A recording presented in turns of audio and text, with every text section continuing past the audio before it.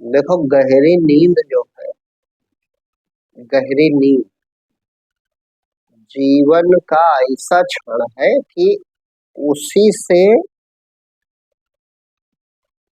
भगवान की अवस्था जो प्राप्त करेंगे उसका अनुमान लगाया जा सकता है। वह अवस्था वही है, बस उसमें वासना सुप्त रहती है। तो वासना सुप्त रहने के कारण जीव अज्ञानी होकर वापस आता है, और जो होश पूर्वक माने सुप्त न हो, होश पूर्वक वह दशा प्राप्त हो जाए तो ज्ञान पैदा हो जाए।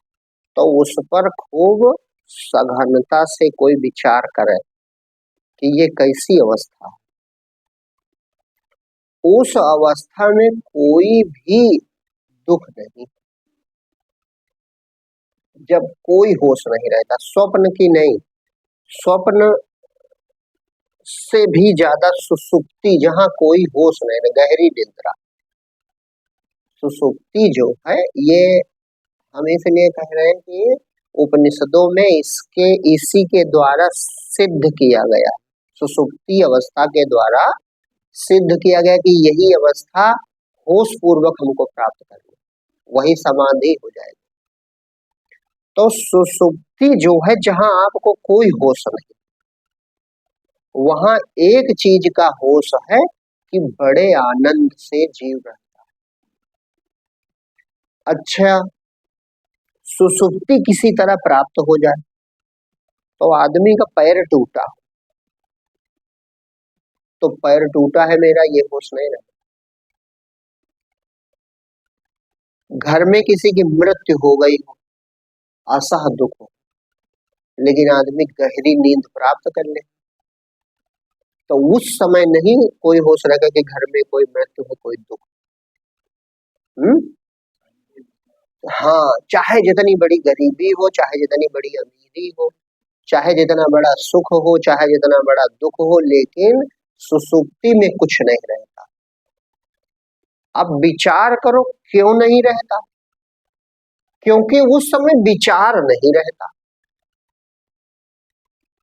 बस इतनी बात है। उस समय क्या नहीं रहता, विचार नहीं रहता, कोई विचार नहीं रहता।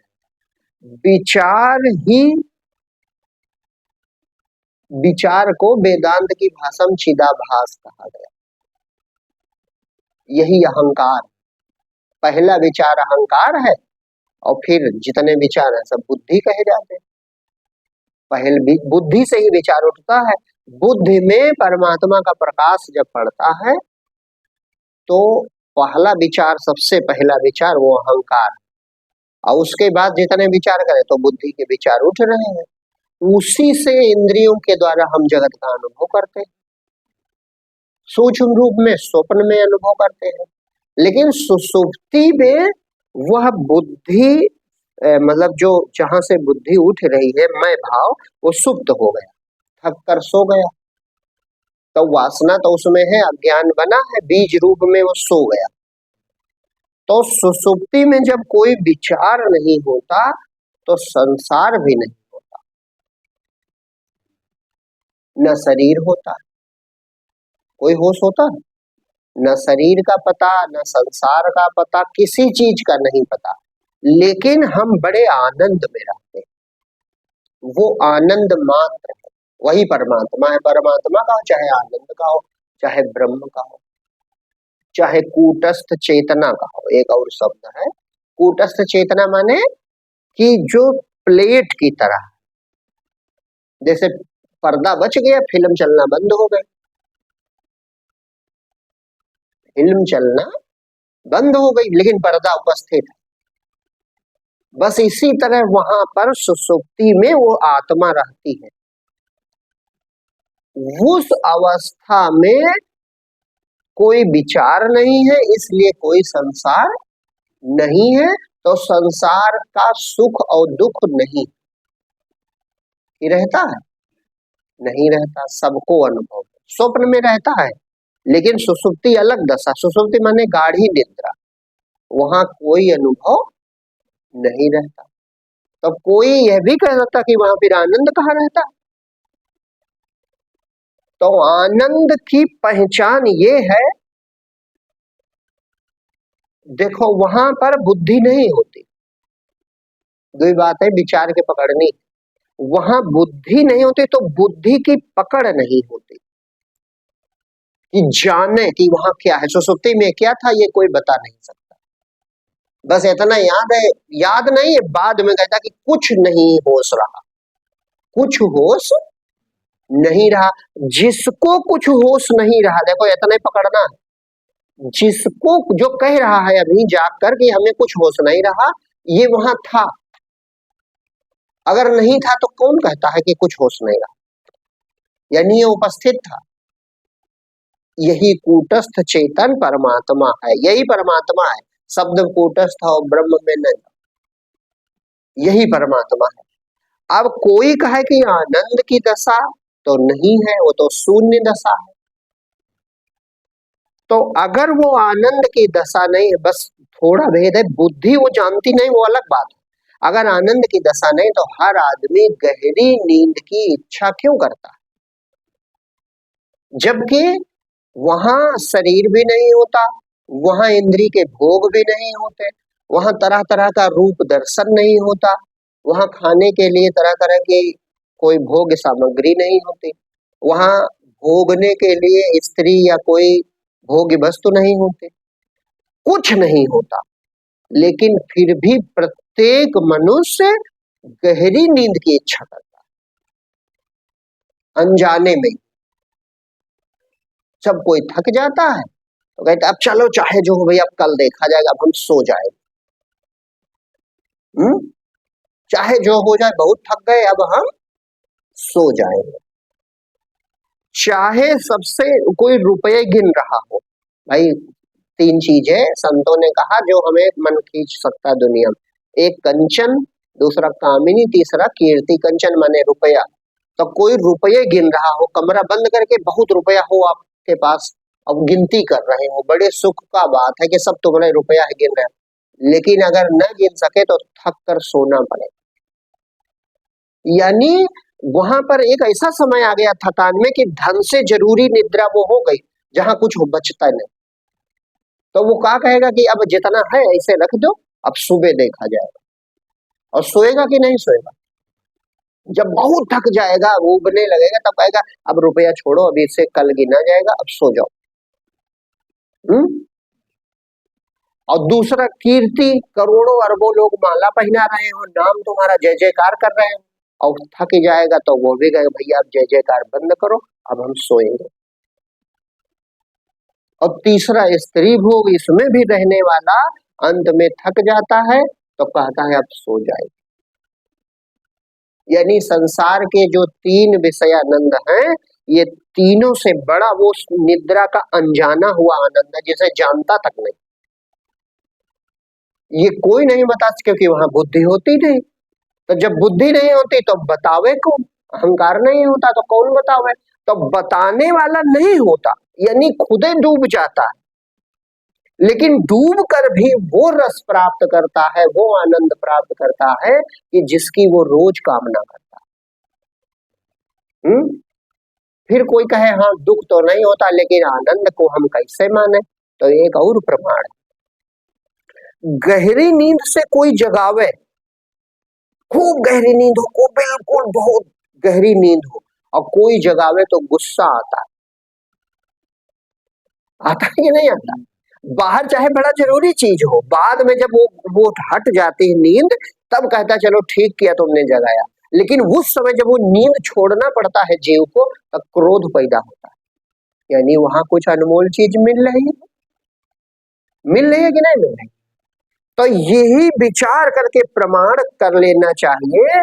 जैसे तुम्हारा कोई अनुभव मिलान हो तब तुम उस रास्ते जाओगे, तो ये हर व्यक्ति का अनुभव है कि जब हमें शरीर का होश नहीं रहता, जगत का होश नहीं रहता, अपना होश नहीं रहता, तब परमानंद होता है। यहां तक कि बाहर घर में ही सो पड़ा हो, उसका भी दुख मिट जाता है, अपना अंग कट गया हो, लेकिन गहरी नींद हो जाए, खूब गहरी नींद मिल जाए किसी तरह, चाहे वो डॉक्टर दवाई दे देते हैं बेहोश हो जाए, तो आनंदित हो जाता है कि नहीं? दुख से छूट गया कि नहीं? सुख दुख दोनों से छूट जाता है। तो संत जन होश पूर्वक उस अवस्था में पहुंच जाते हैं, उसका नाम समान है। तब वो उसका रस जानते हैं कि बहुत परमानंद है, आनंद स्वरूप है परमात्मा। और जीव चूंकि ये बेहोश होकर वहां सुसुप्ति में जाता है, इसलिए अहंकार डूब गया, बुद्धि शांत हो गई, तो जानता कुछ नहीं है, लेकिन फिर भी परमानंद प्राप्त करता है। इसके बहुत प्रमाण। सबसे पहली चीज, थकी हुई जीवात्मा चैतन्यता अनुभव करती है जागने में, उसका सारा थकान निवृत्त हो जाता है, विश्राम प्राप्त करता है। और जो तात्कालिक जीवन के दुख होते हैं सब विस्मृत हो जाते हैं। तो संत कहते हैं कि अब इसी से समझ लो, ये जो मैं वाला विचार है ये इतनी गहराई में शांत हो जाए कि ये बिल्कुल शांत हो जाए। तो जब मैं का विचार नहीं होगा तो शरीर और संसार भी नहीं होगा, और जब दोनों चीजें नहीं होंगी तब सिर्फ परमात्मा होगा। इस समय भी वो परमात्मा है, लेकिन ये एक वृत्ति, ये मैं वाली वृत्ति वहां से हटी हुई है अपने आधार से, इसीलिए दुख अनुभव करती है और सुख भी अनुभव करती है। चूंकि सुख समुद्र से उठती है तो सुख का ही आयोजन करती रहती है। आयोजन आदमी किसका? सुख ही तो करता है, कोई दुख के लिए कुछ नहीं करता। हर आदमी रातों दिन केवल सुख का प्रयास करता है, लेकिन फिर भी सुख और दुख दोनों मिलते हैं तो वो विचार नहीं कर पाता कि दुख कहां से आ जाता है। कारण है कि आनंद स्वरूप अपना है, सुख स्वरूप अपना है, और ये प्रकृति से मिलने के कारण जब प्रकृति में परिवर्तन विकार होते हैं तो जीव दुख महसूस करता है। भाई दुख का क्या कारण? अस्थायित्व की कमी, जिसका साथ था छूट गया, जो हमारा था चला गया, जो हम चाहते हैं अभी हमें नहीं प्राप्त हुआ, यही सब तो दुख का कारण है। हाँ, कामना इसलिए नहीं पूरी होती क्योंकि यहाँ एक रास्ता है ही नहीं प्रकृति में। यहाँ जब कुछ एक रस है ही नहीं तो अस्थायित्व तो मिलेगा नहीं, तो सुख और दुख दोनों होते रहेंगे। जब मिला तो सुखी और जब नहीं मिला तो दुखी, इसीलिए तुलनात्मक ये शब्द है।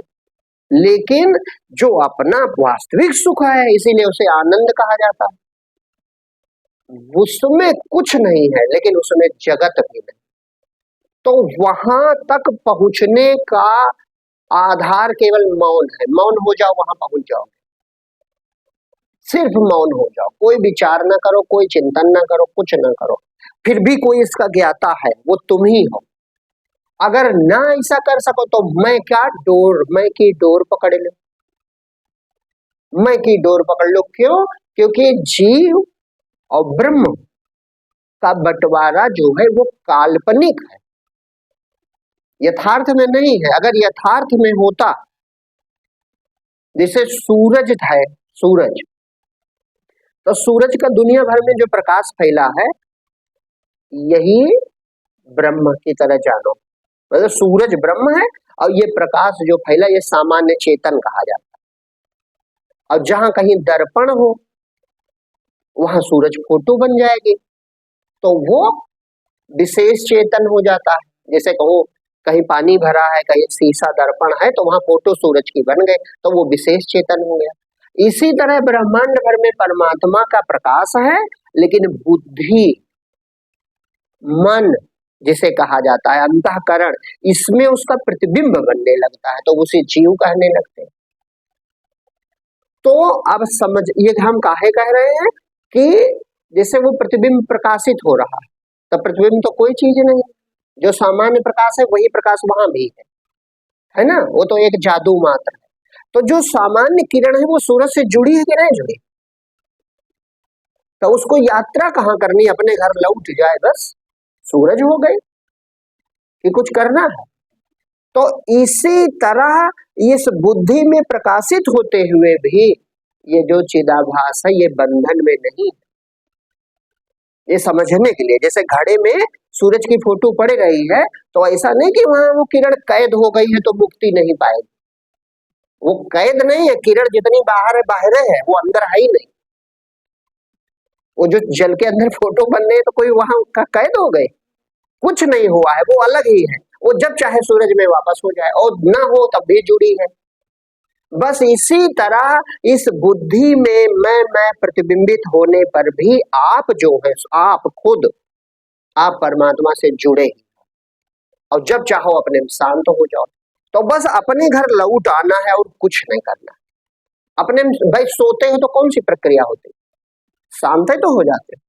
जब सुसुप्ति मिलती तो सुसुप्ति वाली प्रक्रिया देखो तो कहा, बाह्य चिंतन का परित्याग कर देना, बाह्य चिंतन का परित्याग कर देना। बाह्य चिंतन का परित्याग किया, बस अपने में सो गए। इसी तरह बाह्य चिंतन का परित्याग कर देना और शांत हो जाना। बस यही प्रक्रिया तुमको आधार में लेकर डुबा देगी। और जैसे एक बार आधार में पहुंचे, बस वहां शरीर संसार समाप्त हो जाएगा। वो अपना स्वरूप फिर वो न अंदर है, न बाहर है, न ऊपर है, न नीचे है, न दाएं है, न बाएं। क्यों? क्योंकि ये आकार भ्रम से है, देश और काल ये भ्रम है, उसकी कोई परिभाषा नहीं है कि वो अंदर है कि बाहर है कि छोटा है कि बड़ा है, कोई शब्द नहीं। बस वो अपने आप में स्थित, वो वही आप हो, वही परमात्मा है। लेकिन वो परम प्रकाशित, स्वयं प्रकाश, स्वतः सिद्ध, स्वतः सिद्ध, उसका प्रमाण कोई नहीं कर सकता। आपका प्रमाण कौन करेगा? आप हो, ये स्वयं प्रमाण है। बस आप स्वयं ही इस समय भी हो, यही बचेगा। बस और चीजों का ज्ञान समाप्त हो जाएगा। इस समय भी आप अकेले ही हो, लेकिन जो और चीजें शरीर संसार देख रहे हो ये मिट जाएगा। बस अपना दिव्य सच्चिदानंद रूप प्रकट हो जाएगा। एक बार हो जाए तो आत्म साक्षात्कार हो गया। फिर वो अद्भुत है, अलौकिक है, इसलिए बार बार वो अपने रूप की ओर डूबेगा, तो धीरे धीरे समाधि हो जाएगी। फिर निर्विकल्प समाधि होगी, और फिर व्यवहार करते हुए भी नहीं हटेगी। उसी का नाम स्वास्थ्य समाधि है। बस तुम पार हो गए। तो सुसुप्ति का प्रमाण लेकर के कि जब कोई विचार नहीं होता, कोई ज्ञान नहीं होता, तो आनंदमय दशा होती है। वो सबका साक्षी, साक्षी बनने की जरूरत नहीं। जो सब कुछ समाप्त हो जाए, शेष जो बच जाए वो परमात्मा है ना। तो कोई विचार ना करो, जो शेष बचा है, कोई विचार नहीं हो रहा, ये जो जान रहा है वही परमात्मा है, उसी में स्थिर हो जाओ। और ये बंटवारा होकर भी बंटवारा नहीं है, ये मानना पड़ेगा। अध्यस्त वस्तु की कोई सत्ता नहीं होती, ये मानना पड़ेगा, तभी ज्ञान होगा। अगर अभी आप श्रद्धा नहीं करोगे तो ज्ञान नहीं होगा। और अतीत या जो तुम्हारी पकड़ के बाहर है उसका कल्पना ना करो। नगद सौदा है यहाँ, इसी समय विचार करो, तुम हो कि नहीं हो? हम हैं, बस हैं में सिद्ध रहो। हम हैं, इसमें किसी को संशय नहीं, बस इसी में शांत हो जाओ। और जो कुछ है ये मुझको अनुभव हो रहा है, इसलिए ये नहीं है, लो ज्ञान हो गया। मुझको तो स्वप्न में भी बहुत कुछ अनुभव होता था, वो नहीं था। इसी तरह जागृत जगत में भी मुझको बहुत कुछ अनुभव हो रहा है, वो मेरे ही विचार हैं। छोड़ो सब विचार, मैं हूं, इसमें कोई संशय नहीं, शांत हो जाओ, बस वह दशा प्राप्त हो गई। बस एक बार पहचान स्वयं को, सारा दुख मिट जाए। स्वयं पसारा ये जग सारा, द्वैत नजर नहीं आएगा। देख ठहर कर योगी कितना निज स्वरूप सुखकारी। और ये दुनिया जो बहुत रसीली, एक छलावा भारी है। छलावा माने ये जादू है, इंद्रजाल है, माया है। जैसे स्वप्न था उसी तरह ये स्वप्न में उलझा आदमी दुखी होने लगता है, नहीं होने लगता, इसी तरह यहाँ हो रहा। और जागो तो सारा दुख मिट गया, इसी तरह इससे जाग जाए तो सारा दुख मिट जाए। उपाय एक है, अपने शांत हो जाओ, बस ज्ञान।